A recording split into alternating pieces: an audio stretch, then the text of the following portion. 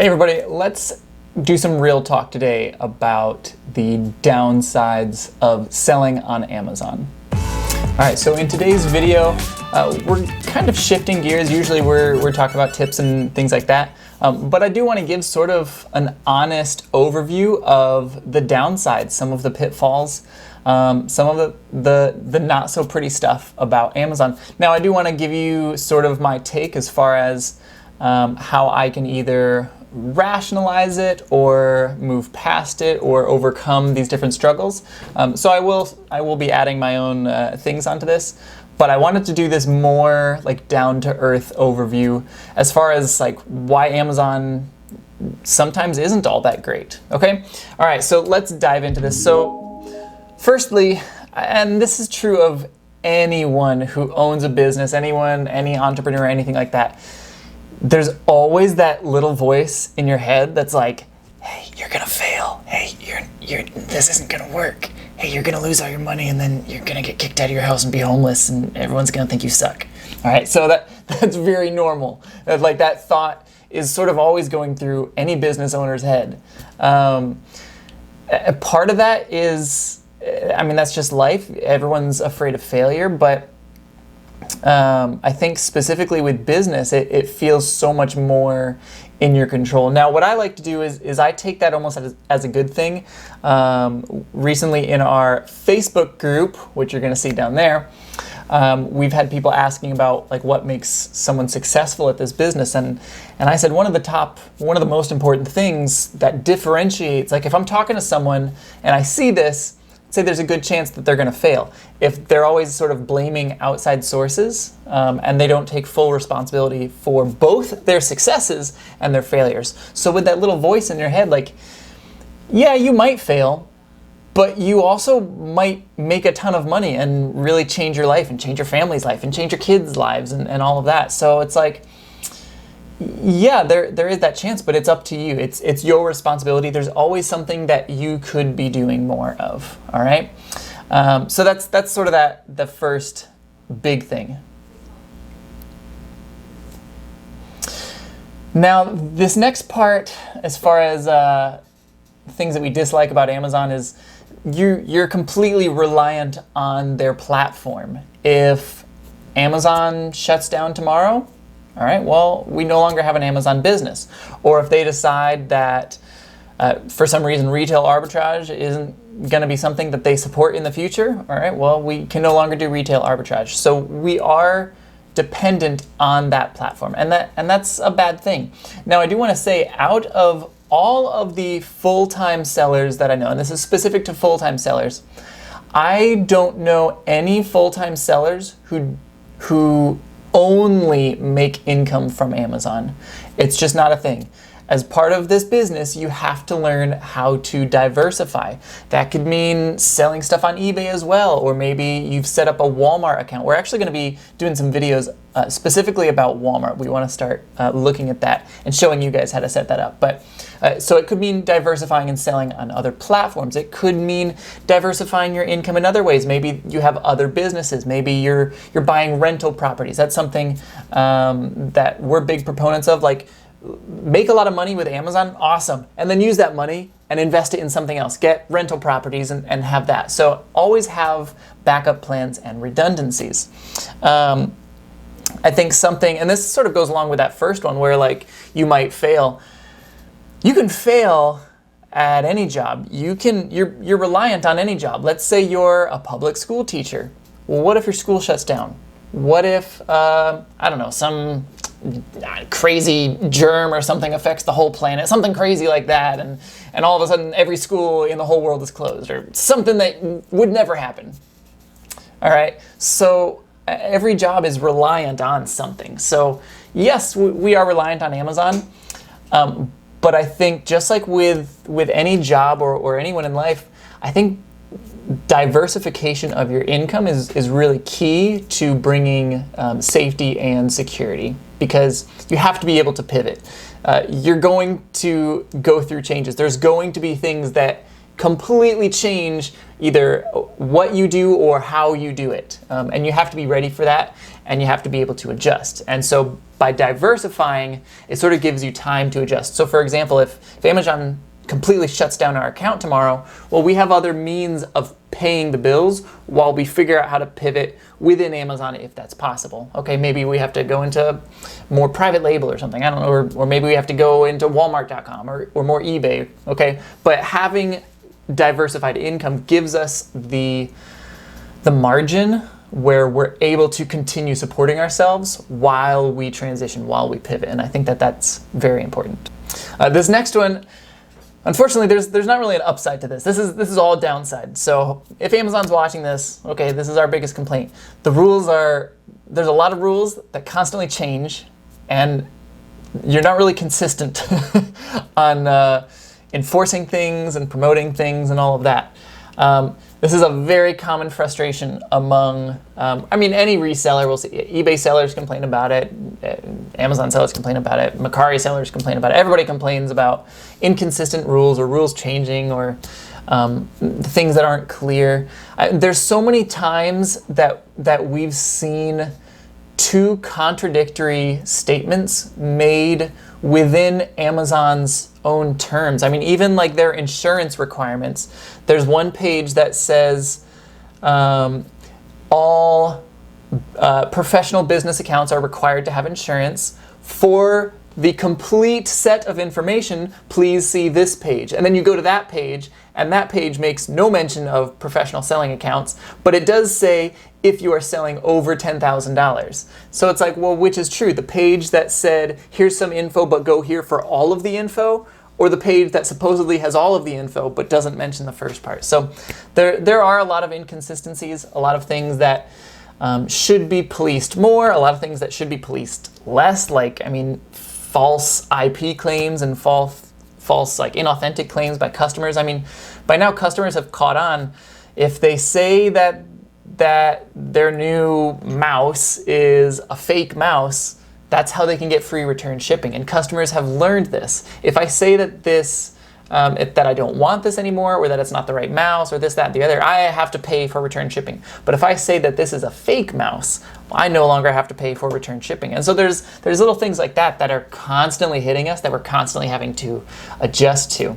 And that's frustrating. So unfortunately, there's not really an upside to that. You just sort of have to be ready to pivot. You have to, again, with like diversification, you have to be ready to change your business model, to learn new things, to adjust if you need to, okay? All right, now shifting gears a little bit, this is less so specific to Amazon, but just entrepreneurs in general. A big reason why we see, there's always conversations about like, when did you go full-time, or how did you go full-time? Like, how did you quit your jobs, or do you guys want to quit your jobs? Things like that. And a huge thing, I would say at least 50% of the people who have full-time jobs and are also successful on Amazon who are not quitting their full-time jobs, it's because of insurance and benefits. That's everyone's, oh yeah, I've got insurance and benefits and I don't want to lose that. And yeah, that's a big thing, like having that security, especially if you have a family, or if you have like some sort of underlying condition or things like that where it's a little bit harder to get your own stuff. Yeah, that's absolutely a reason to not quit your day job. Now I will say, like, so for our business, we use like a health share plan, which is great. It's not quite the same as traditional insurance, but it's so much cheaper. We've loved it. We've never had any issues with them. They've always taken care of us. So that's personally like what we use, and it's working great for us. I think insurance in America is that's a deep topic that I'm not going to get into today. But yeah, there's ways to, usually there are ways to insure yourself affordably. You can also, so like our business, for example, is an S Corp. I'm able to purchase insurance for my employees, and Nate Jackson, that's me, is an employee of my business, so I can get insurance for him through the business. So there's ways to do that, and we know lots of big sellers who have like joined the marketplace as a business, the insurance marketplace as a business, and they purchase insurance for their employees, but it's themselves. Okay, so there are solutions to that, but again, it doesn't always work for everyone. U.S. healthcare is a very messy system. And so what may work for one person might not work for the next. So you'll sort of have to deal with that yourself and figure out those battles for yourselves. But just know that there are some of these solutions like health share plans, for example, or even like medical tourism. I mean, Korea's huge about that. Flying there to get an operation done is usually cheaper than getting the same operation done here with insurance. So just know that you do have other options. Now this next one is another one we hear, usually not by people that are active sellers, but people who are sort of asking me about what I do, and they're a little bit skeptical about its validity. So eventually it always comes up, well, how long can you do that for? How long is this going to exist for? And that's a big question. Initially, I do want to reiterate, like, arbitrage is not a new business model. This is literally the oldest business model in existence. You buy a camel for 1 gold in Jericho, you sell it for 2 gold in Jerusalem. Like, this has been around forever. It's what most businesses are. Walmart is an arbitrage business. They're buying something cheap from point A and they're selling it for more at point B. Now, our specific type of arbitrage may not exist forever. Like, I may not be able to buy things cheaply from Walmart and sell them for more expensive on Amazon, but there are always going to be market discrepancies, whether it's Walmart to Amazon, Amazon to Walmart, eBay to Walmart, Walmart to eBay, Walmart to Craigslist. Like, there's always going to be market inequalities. It's not possible for it to be perfect, at least that I can see in my lifetime. Maybe when AI gets more prevalent, it can do that. But as far as like humans are not going to be capable of doing this. And then there's also differences between some things that work with macroeconomics don't work with microeconomics, and vice versa. So I was just talking to someone yesterday, like, oh, why doesn't Kohl's list their own clearance items on Amazon? Well, because every single Kohl's store has a different clearance section. So every Kohl's store would have to hire an employee, train an employee in Amazon, have that employee constantly scanning things. It doesn't work at like a corporate level. There needs to be this third party, this outside source that does things on a small scale in a bunch of different places in order for it to work. It doesn't work for Kohl's to list their own clearance stuff on Amazon. I mean, maybe like online, maybe they could do it that way, but at an individual store level, it's just not feasible. It's not something that you could do at the macro level for a big business that you can do successfully on a micro level. And you can even extrapolate that into, I'm sort of getting off on a tangent here as far as Amazon sellers, but there's things that small Amazon sellers can do profitably that large Amazon sellers cannot do profitably. There's things that I won't buy, not because they're not profitable, but because I have certain systems in place. I mean, maybe this item only makes me 50 cents, or maybe it's a one-off item, or maybe it requires this, or it requires that. And there's things that aren't worth my time, but they might be worth someone else's time, or maybe someone else has different processes. They have different systems in place that they could do that. So, like an example of that would be, we have some items that we've gotten returned to us that we cannot sell on Amazon. I don't have the systems in place to sell those well. I'll list some on eBay, things like that, but I have to liquidate that stuff. I have to get it out. I have to get it out of my garage. We don't have a whole lot of space, things like that. So yes, I could make more money. I could, in theory, set up some sort of liquidation company and form that myself. But instead, I could sell it to a liquidation company, or I could give it to like an eBay consignment person to sell for me. So there's different things that you can do at a smaller level that I might not be able to do on a larger level because I don't have time. I'm doing other things that are making me more money, and I don't want to shift my focus. So will it exist in X amount of years? I want to go back to the original point. Will it exist in 5 years, in 10 years, in 20 years?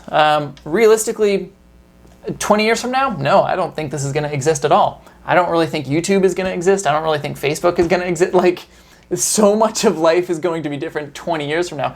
Think 20 years in the past. Like, okay, what was going on? The internet was just barely starting. Like, it was like becoming popular 20 years ago.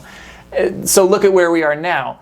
Where we're going to be in 20 years, who knows? It's probably not going to be Amazon. I mean, there's no way of knowing that. Are there going to be teachers 20 years from now? Are there going to be doctors? I mean, I was just reading an article about how AI can basically do like 99% of what doctors do. So in 20 years, is that going to still be a profession? I don't know. There's no way of knowing that. So my answer to that is in 20 years, probably not. But this is very lucrative right now, and you can make a lot of money right now, and then you can save all of that money and get real estate or get stocks or get index funds, whatever you want, and then retire early with all of the ludicrous amounts of money that you made from Amazon, and then you don't really have to worry about it. So I don't think any profession you can count on existing for 20 years from now, and I would say that this isn't any different. Do I think it will exist in 5 years? Oh, definitely. 10 years? Probably. After that, I don't know. But it will exist long enough for this to be a viable option for us, and for me to continue doing it, and I'm just going to make as much money as I can. I mean, there's someone in our group that says that a lot, like, I don't know how long this is going to last, so I'm just going to make stupid amounts of money until it fails, and by then I should have lots of money. So that's sort of his philosophy. We played a little bit safer. We're not quite that gung-ho, but yeah, and it's similar. Like, do things that are successful. You don't need to fear that they won't exist, because by the time it no longer exists, you can pivot. You can go in another direction. And then this last one, I don't know how many other sellers feel this way, but I know for us as full-time Amazon sellers, it was hard not having coworkers anymore. There's really like a loneliness that sort of comes with doing this full-time. So prior to this, for those who don't know, we were public school teachers. So I mean, I was always, whether it was a room full of 20 kindergartners or I'm in the teacher's lounge and there's 15 teachers talking about the crazy thing that happened today from this kid, or what did they say, things like that. Like, there was always people around, there was always that camaraderie and that conversation. But I mean, like, currently, I'll go weeks without seeing a human being besides for my wife and kids. Like, that's not that uncommon. Especially if I'm doing more like online arbitrage or getting more wholesale stuff, things like that. I mean, there could be long periods of time where I'm not leaving my house and I'm not seeing other human faces, and that's a real thing. So I think you do have to be intentional, especially if you're going to be a full-time reseller. You really have to be intentional about finding other things in life that you can sort of get human connection with. Without human connection, I mean, people can't really function without connection. That's one of like the pivotal, I forget the psychologist who talks about it, but it's one of the pivotal things that a human needs is like other humans. So yeah, so find something in your life where you can connect with other people, whether that's a club, whether that's church, whether that's some sort of organization that you can be a part of, hanging out with friends, board game nights, okay? So find those connections, find those friends that you can reach out to. You could start a YouTube channel so you could talk to people. You could start a Facebook group so you could talk to people. I mean, I know that's been a really big blessing for us, like here on the YouTube channel, over in the Facebook group, like, yeah, I might go weeks without physically seeing somebody, but man, like, I'm always talking to people. I'm always interacting, either answering comments here on YouTube, talking to people over in our Facebook group. Even, I mean, recording this video, even though I'm not talking to you, the person who's watching this right now, we're sort of communicating with each other. And I think that's pretty cool. So yeah, those are sort of the things that we dislike about Amazon, sort of a real look at the downsides, and then some of my explanations and fixes for those downsides. Hopefully that helps. Let me know in the comments section below, what are some of the things that you struggle with? I mean, were there things similar to my list? Did I nail this? Was I way off base? It's like, oh, Nate, you forgot about this huge thing. I can't believe you didn't talk about this. This is the worst thing about selling on Amazon. All right, so what did Forgetful Nate forget? Put that down in the comment section. Don't forget to like and subscribe to this video. It really helps us in the YouTube algorithm when we're putting stuff out. YouTube likes to promote things that people are commenting on and interacting with. If no one interacts with the video, then usually it just kind of it dies out and no one really sees it. So if you like our content, give it a thumbs up and put a comment below. That really helps us out. And yeah, so we will see you in the comment section. I try to answer all those. Again, if you're not part of our Facebook group, head over there, facebook.com/groups/hustlebuddies, and we will see you out there. Hustle on, guys.